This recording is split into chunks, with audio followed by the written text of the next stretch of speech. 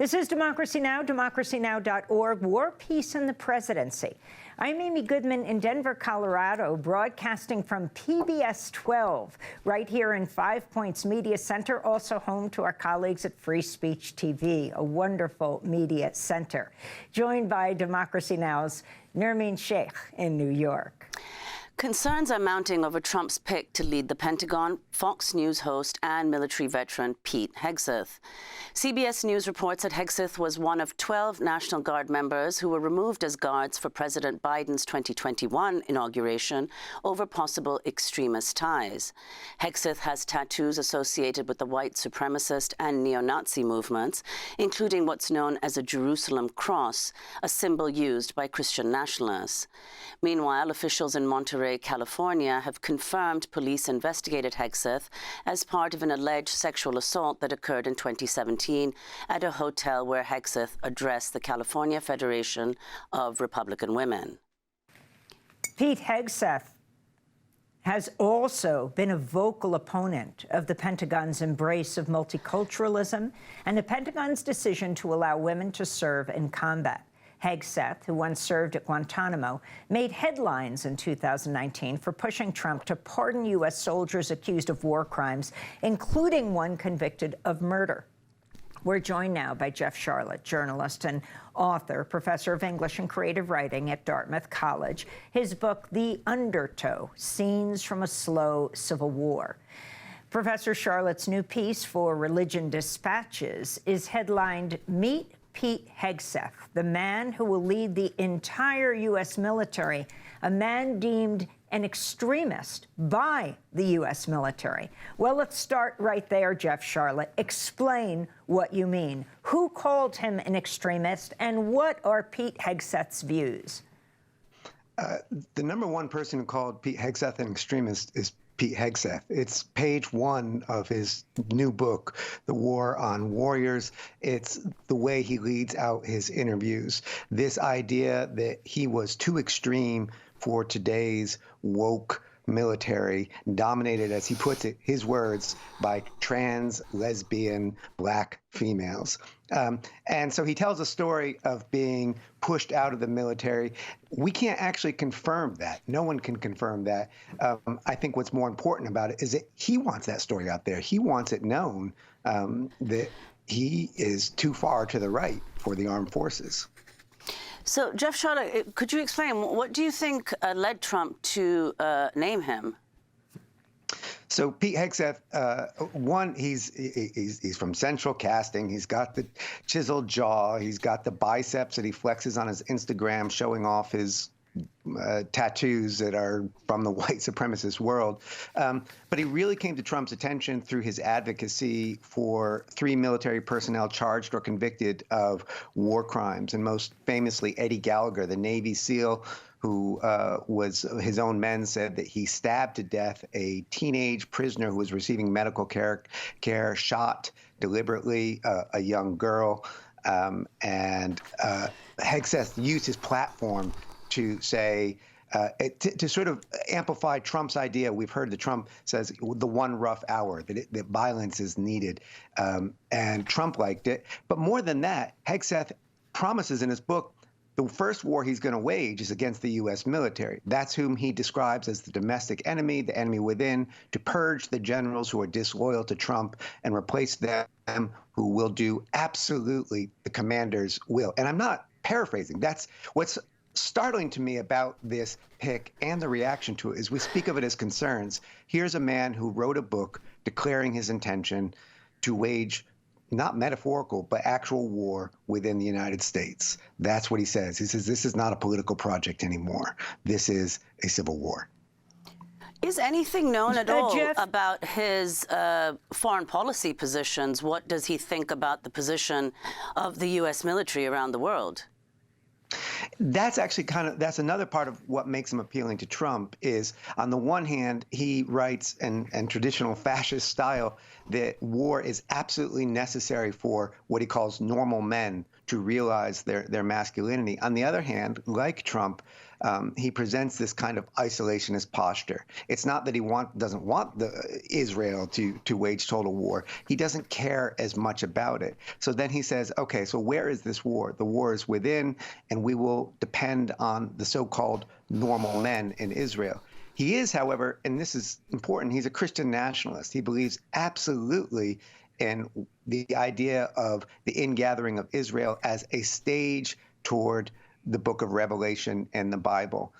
So he sees Israel's war on the Palestinians as biblical prophecy and one that must be supported for the sake of Christendom.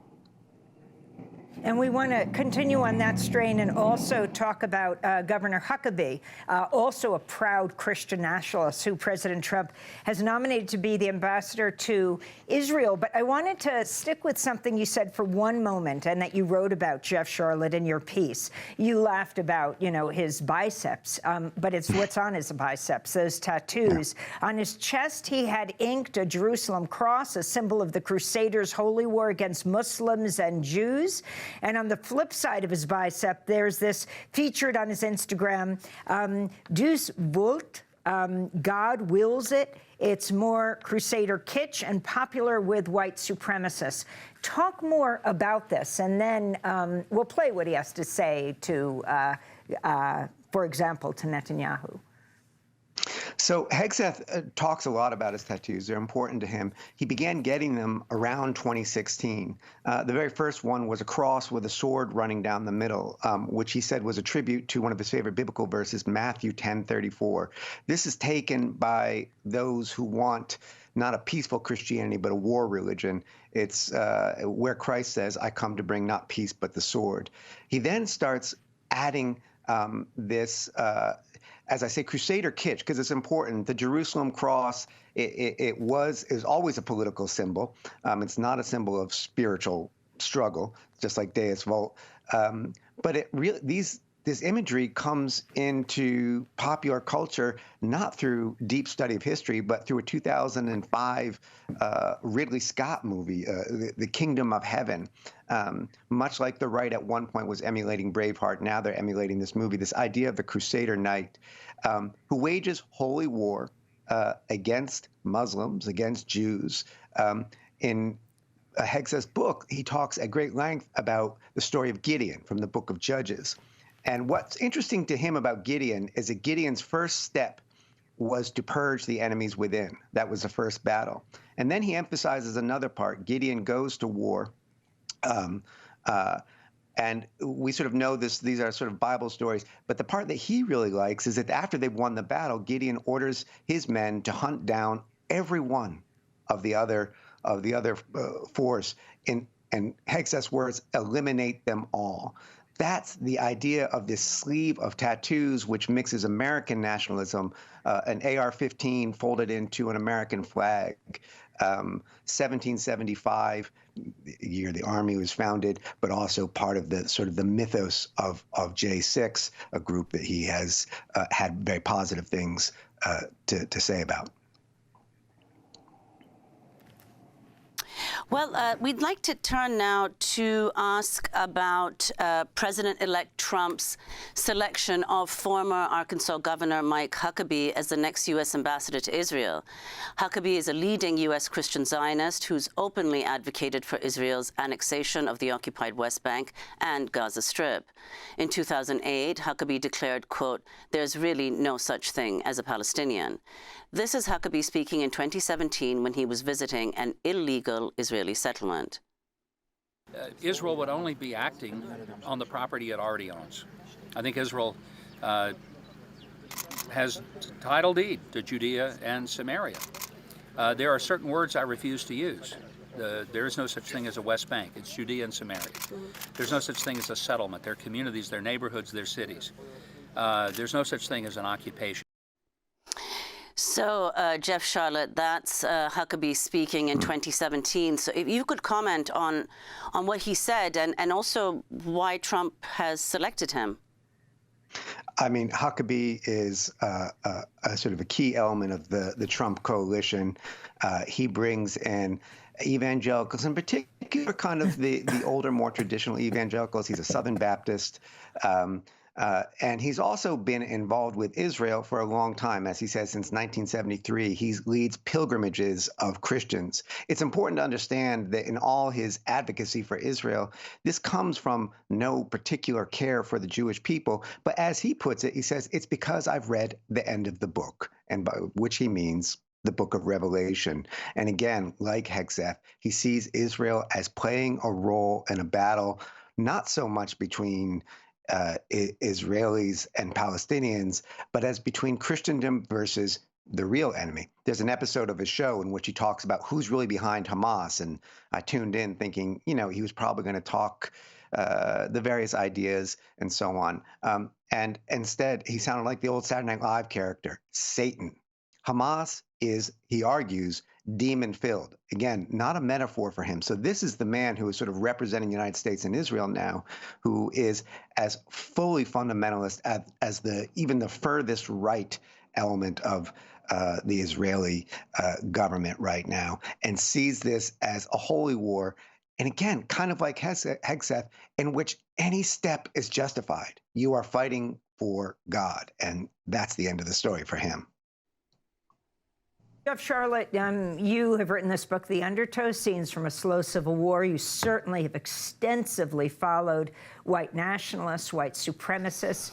Where do Christian nationalists and Christian Zionists fit into this picture? I mean, he calls himself a Christian Zionist. You heard Huckabee, and by the way, he was the governor of Arkansas. His daughter, Sarah Huckabee Sanders, is now the governor of Arkansas, and she was the spokesperson for the first President Trump White House. But where does he fit? Where do Christian Zionists fit into this whole story?